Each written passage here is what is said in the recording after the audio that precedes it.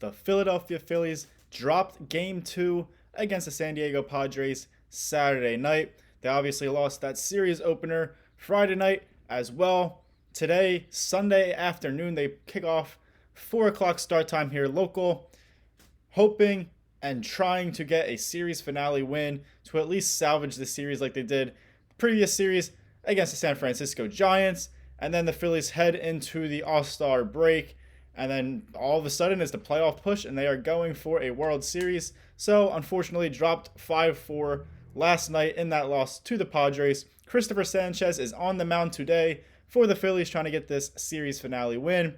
If you realized or you saw yesterday, he got an All-Star bonus by the Phillies despite not being named an All-Star. So just a good move by the organization there.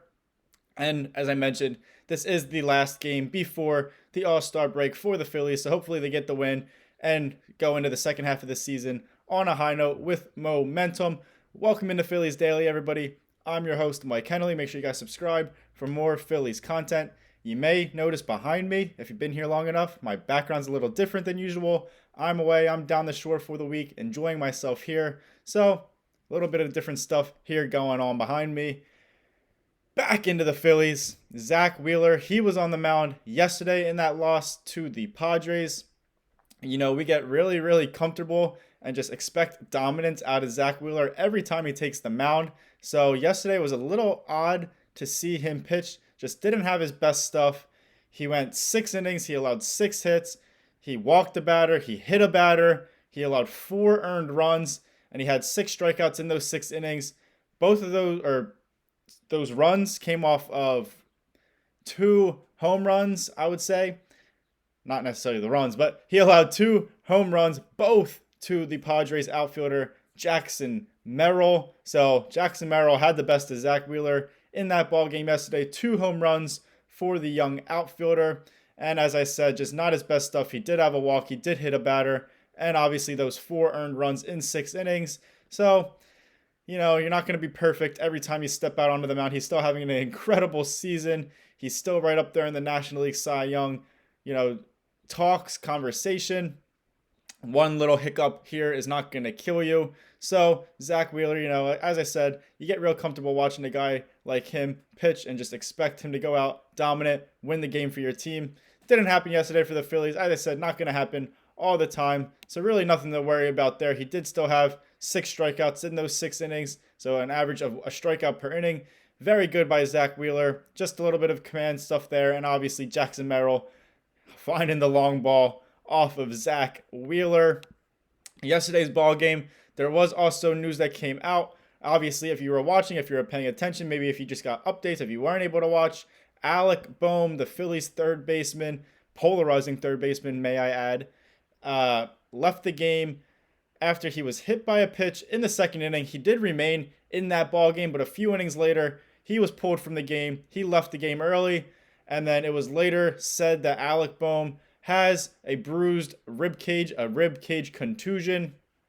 So nothing really serious there with Alec Bohm. It seems he should be all right, but it was something notable that he was hit by that pitch. He did end up leaving that game with discomfort, and now we know that he has a bruised rib cage. Alec Bohm, started off the season really, really slow at the plate for the Phillies. The fans wanted him gone at the time because obviously the end of last year, that last month, and then into the playoffs, he struggled. He's had a history with his attitude and behavior on the field throughout his Phillies career. A little bit of immaturity and diva-ish, behavior by Alec Bohm. He still even has those tendencies this year at times, especially when he makes a mistake or strikes out at the plate or something like that. But that's just the kind of player he seems to be. He's still one of the better hitters on the Phillies team, one of the better third basemen in Major League Baseball. So the Phillies are a better team with him in the lineup. Hopefully, this doesn't really have any lingering effects to Alec Bohm with this ribcage contusion, but we'll see what goes on. And yesterday, they had a chance to win that ball game, the Phillies. Zack Wheeler kept them into the game with those 6 innings, allowing just the 4 runs. But ultimately, the Padres got a late inning run there to win that ball game 5-4. Now Tanner Banks was in for the Phillies pitching. He allowed runners on first and third in the 7th inning. It was a tied 4-4 game at the time. The Phillies came from behind. They took the lead at one point 4-3. Padres tied it back up 4-4. But there it was. Tanner Banks allowed first and third in the 7th inning. 4-4 tie. And then Jordan Romano was put into the ball game in that situation for the Phillies. And that's just where, they lost the game pretty much because of that. Now, it wasn't because of really his doing. As I said, Tanner Banks allowed first and third. He allowed a guy right there 90 feet away, the tying run or the go-ahead run to score. Jordan Romano put into a tough situation, but he did allow a sacrifice fly there in the 7th inning. The run scored. Padres took a 5-4 lead. They ended up winning the ballgame 5-4. The run was charged to Tanner Banks because Jordan Romano inherited that runner. He let him score, but that run gets charged to Tanner Banks' line, not Romano's. But nonetheless, Romano let up the run, and that's all that fans really see and care about because he has been terrible. He's had some good moments here and there this year for the Phillies in his first year since coming over from the Blue Jays this offseason.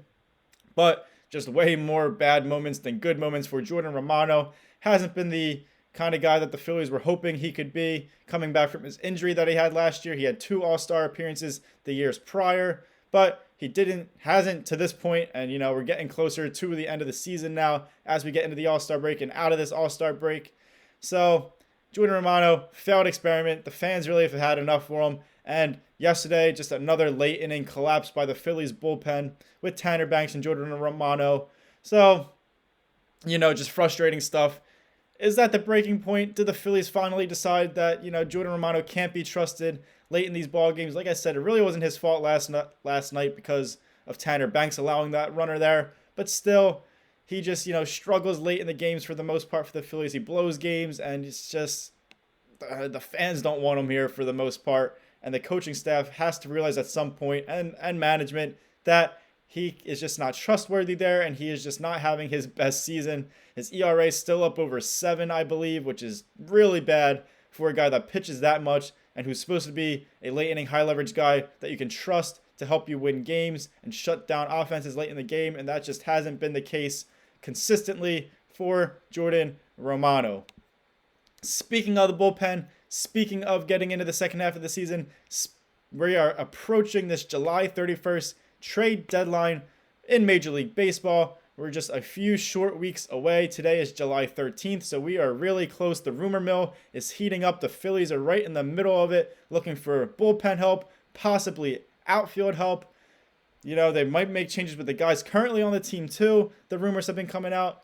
It's just a lot of stuff going on. And obviously the Phillies, with that little bullpen debacle last night, again late in the game, the Phillies need help there in the late innings in their bullpen for somebody that they can trust and a guy that's had a lot of success in his career. Not necessarily the same success so far in 2025, but he is on a struggling team. Is Atlanta Braves late inning reliever, closer type of guy, Raisel Iglesias. Could the Phillies trade for Iglesias?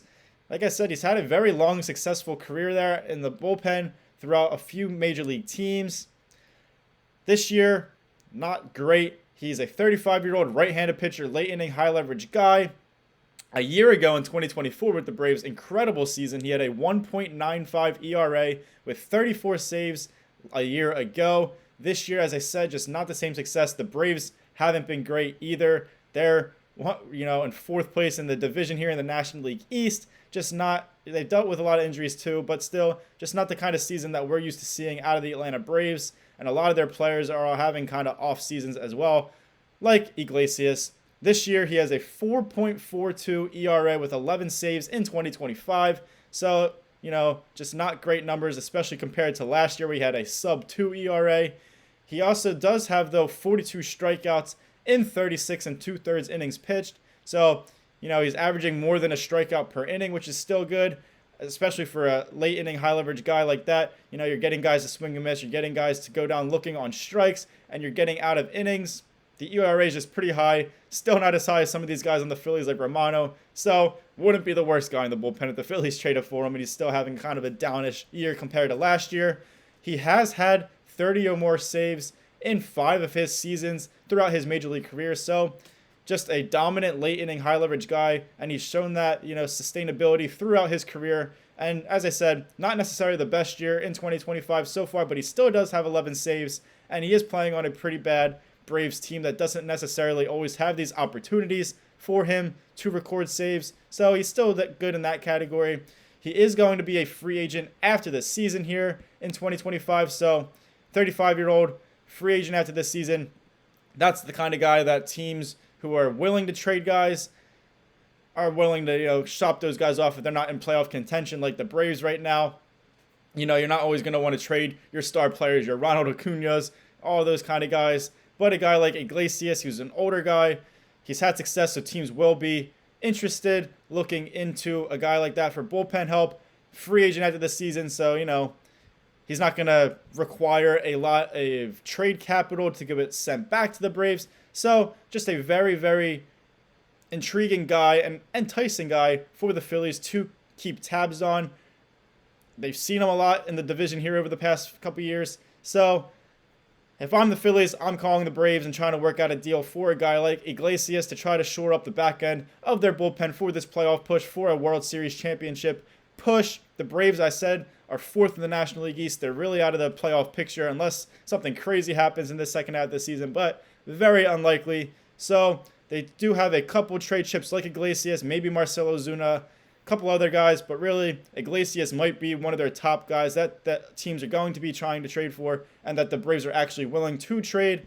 Hope you guys enjoyed this episode of Phillies Daily. I'm your host, Mike Kennelly. Make sure you guys like, comment, share, and subscribe for more Phillies content right here on Phillies Daily. Hope you guys enjoy your Sunday here. Hopefully the Phillies can get a win. Hopefully, they can regroup and refresh. They've had some skids here as we approach this All-Star break, so hopefully, they get this win, they get some much-needed time off and rest, and then they get right back on the horse for the second half of the season, for the last few months, to get into the playoffs and try to win a World Series championship for the first time since 2008. Thank you guys for watching, and as always, go Phils.